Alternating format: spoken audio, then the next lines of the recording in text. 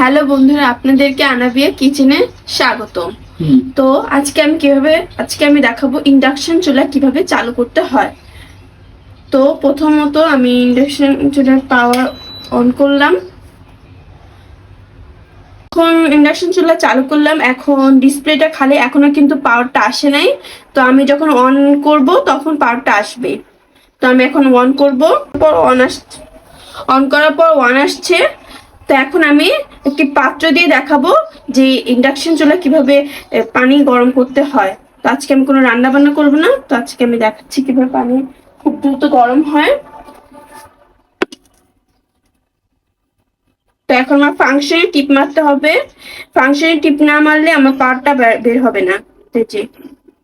দেখুন ফ্যানটা চালু হয়েছে, ফ্যানটা চালু হওয়া মানে চুলাটা চালু। এখন আমি পাওয়ার বাড়াবো।